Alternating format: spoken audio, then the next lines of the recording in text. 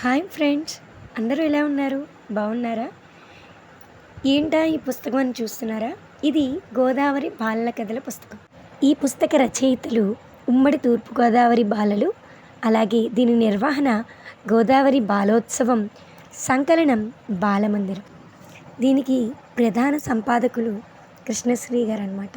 ఆయన మా పెదనాన్నగారు.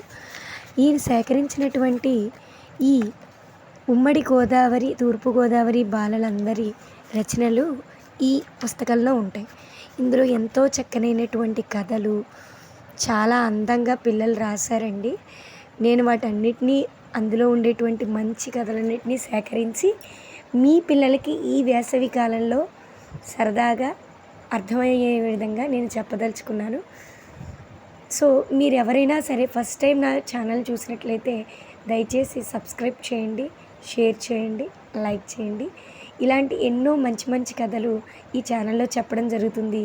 మీ దగ్గరలో ఉండేటువంటి చిన్నపిల్లలకి ఈ కథల ద్వారా నీతిని నేర్పుకుందాం. Thank you for watching.